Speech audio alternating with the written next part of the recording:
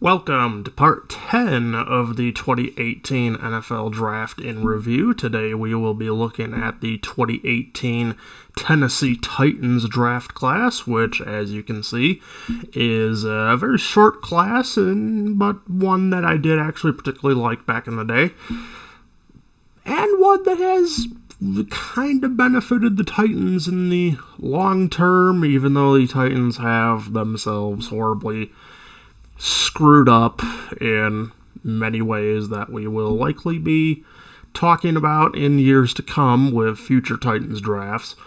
But for now, we will look at the 22nd selection, inside linebacker Rashaan Evans. Rashaan Evans is no longer with the Titans. He now plays for the Atlanta Falcons. And I honestly don't really understand just why the hell the Titans let this guy out of the building. He hasn't been the most consistent player in terms of tackling. Obviously not a pass rusher. There's not too many inside linebackers I know that are. But it's not a bad stat line. He's usually available, usually doing pretty well. And, well, last year with Atlanta, you see that number, 159 combined tackles. Tennessee very well might have made a defensive mistake here, and we kind of see that in how the Titans looked like absolute putrid shit in the second half of the season.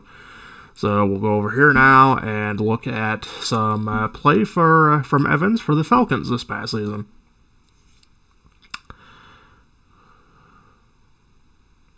Very good job right there of preventing a first down.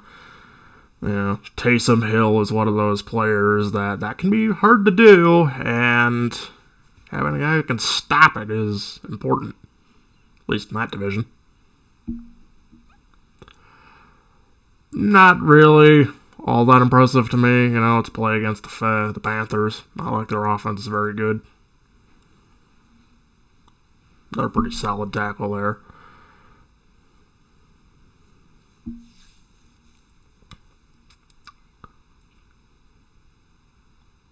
Honestly, that one. Let's see here. Yeah, when Justin Herbert throws you a meatball like that, you have to take advantage.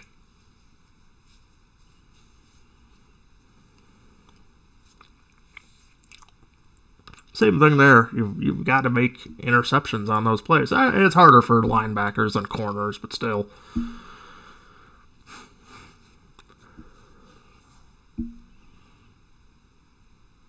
Got a bad play design there.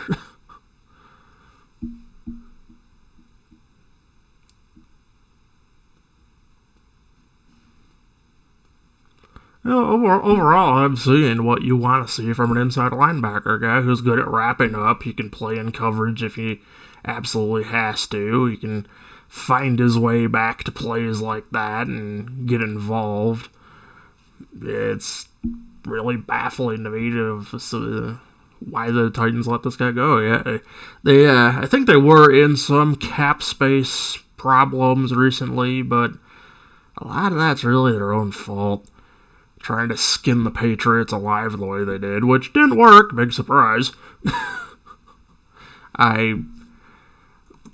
As a Patriots fan, I have seen so many teams try and skin us alive, and they always miss the lesson. And the lesson is that you cannot pay our former players to do the same thing they did for us. It doesn't work that way. You need the coaching. You need the system. And if you don't have basically everything put together, you're not going to get anywhere. We have seen so many teams recently implode doing this. The Lions are just getting back up from doing it. The Raiders are going in the shit because of it, and the Titans are going down as well. It's how many more times must the lesson be taught before the NFL stops trying to replicate? You're not going to do it. So, next up we have the 41st selection, second round outside linebacker, Harold Landry. And Harold Landry has had some success for the Titans, as far as I know. Yeah, he is still there. On injured reserve, though. I don't think he played this past season. Let me take a quick look to confirm, should say, what happened here. Tore his ACL just days before the season began. And that's unfortunate because the year before that, Harold Landry really broke out as a pretty major pass rusher. He's done very well as a pass rusher through his career, even better than I expected. He actually had a bit of more of impact earlier than I anticipated because I believe back in the day, I think this team had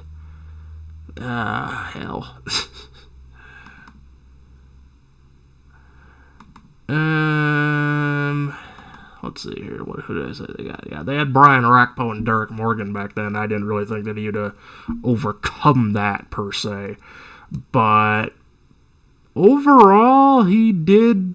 He has done that, and he's now basically the starting right outside linebacker for the Titans, and he should be back from injury this year, and he should do a pretty good job coming back. And we'll now go over here. But he's a professional, and he said this is what his grandparents would want him to do, and that's why he is here. Let's see what he dialed up on 3rd down and 10. Allen's going to be taken down. And here. Let's see what but he's a professional, and he said this is what his grandparents would want him to do, and that's why he is here. Let's see what he dialed up on 3rd down and 10. Allen's going to be taken down. It's Harold Landry, the sack master for the Titans. This is hard to do against Josh exactly Allen. What they want to do, get them in a 3rd and long situation, and then unleash Harold Landry. He's not always going to be on the end of the line for KC. Yeah. Rush coming. So you get Patrick Mahomes, our quarterback, and probably got away with that. Harold Landry having the This is the sort of player that I kind of wish the Patriots had. Matt Judon's very close to being this, but Judon is like that step or two slower, which often lets guys like Mahomes and Josh Allen just run away. Right now, Tennessee believes in their pass rush. Harold Landry, who had a breakout season, basically untouched to get to Titans ended up losing this game, though, despite how many times they were able to do that. In between here. Watch how Landry beats Prince to the That's why I inside. do It's almost believe like that Prince the believes Bengals are gonna he end has up winning help the Super Bowl to the soon. inside. Watch how he steps to the outside thinking he has inside help. Another big 3rd down. Stafford is going to get swallowed up at the 36-yard line. Pretty good. Autry and Landry are both there. So a 3rd and Yeah, Stafford didn't really have anywhere to go on that one. Wasting a lot of time here. 2nd down, 14. Ramcheck the block. Being chased from behind. That's good pursuit. The Saints don't really have a quarterback that can run away like some of these other guys, but that's still good pursuit. Do not give up on the play. He's in trouble, and he's wrapped up and taken down from behind. And Landry again emerging. Sometimes you just gotta get rid of the ball because sometimes your offensive line just gets beaten. And again, not a lot of places for Trevor Lawrence to go with this football, but as he gets older, he'll know his clock will go off in his mind. Keep continuing to keep. You might have gotten away with that. So Carson's thinking zone. Cuts back inside, whacks Matt Ryan. And it's Landry. He has been a nightmare What was that, for Phillip opposing Rivers? offenses. The Colts have gone through so many old quarterbacks, I basically can't be fucked to Pressure's coming. Wentz. pay attention anymore. Get a real quarterback, Colts, really. It's getting in the way. Along with the Daney. No, that was Wentz. That was wrong twice.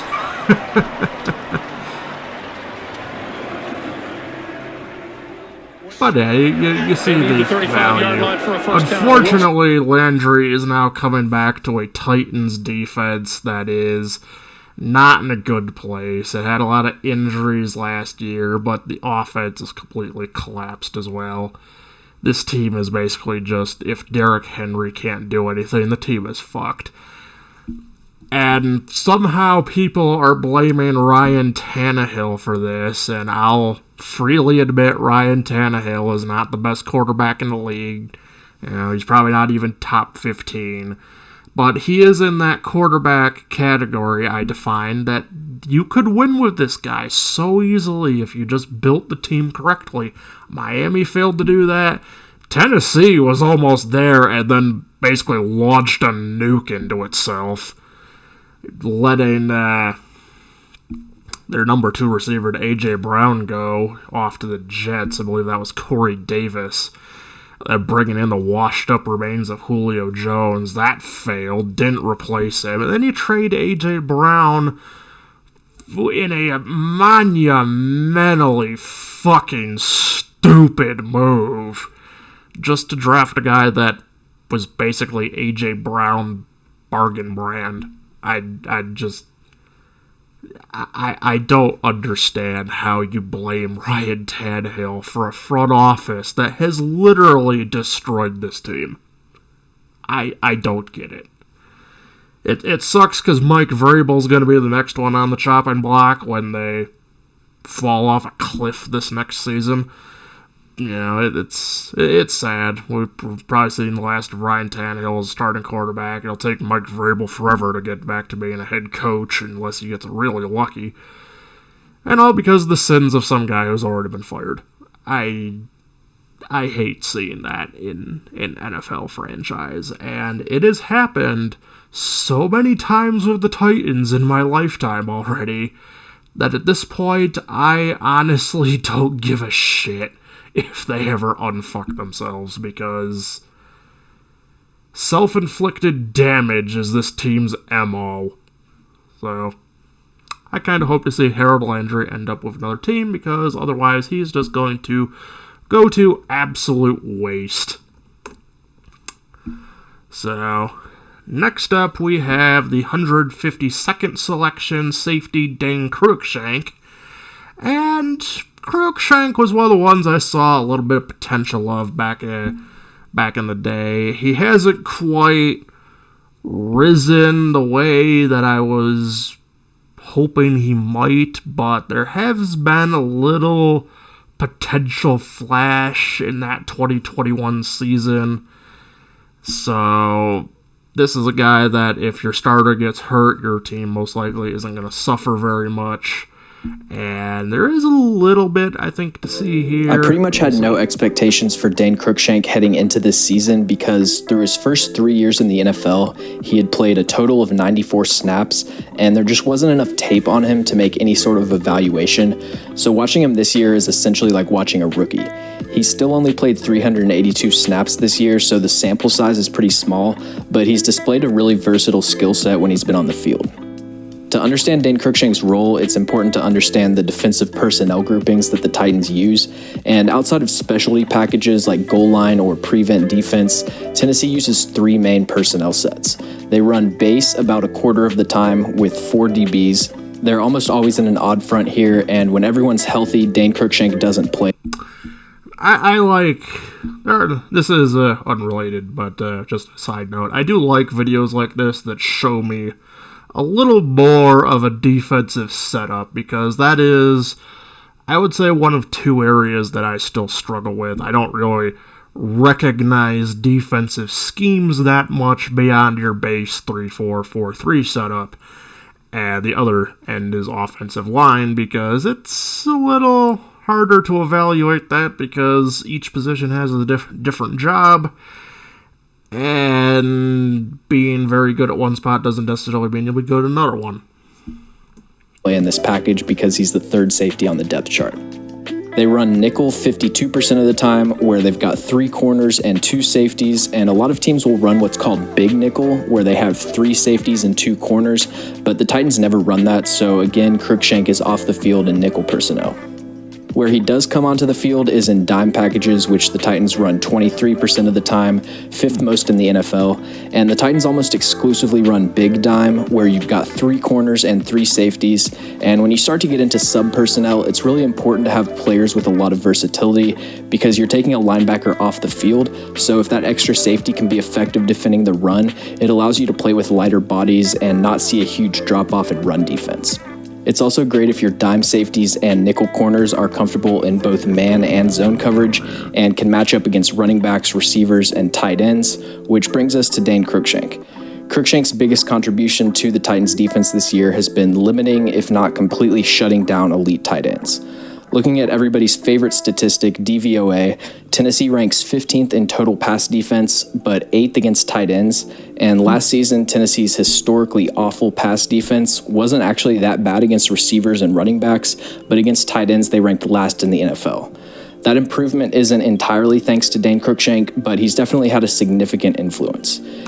Now, one thing I will say about these numbers here is, yeah, this lines up. The Titans have one of those infuriatingly strange pass defenses where it just seems that no matter what they do, someone's burning them. They're just that team of they can't hide it all if a team has more than one or two major weapons.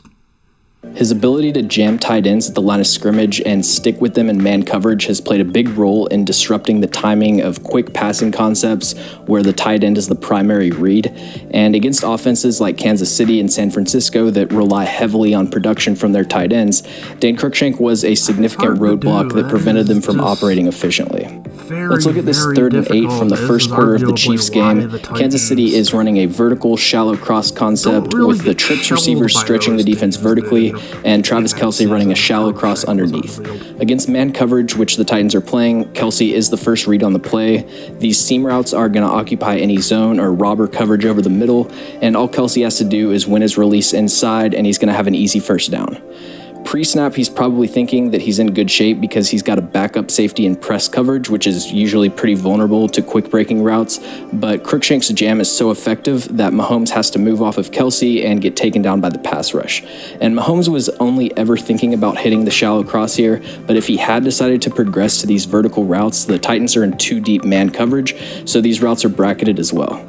This play really shows the trust that Tennessee has in Dane Cruikshank because when they play man coverage, especially on 3rd down, they're usually playing cover 1 cross where your split safety pre-snap and then the weak safety comes down to play anything breaking over the middle. Some people call this one robber or one lurk.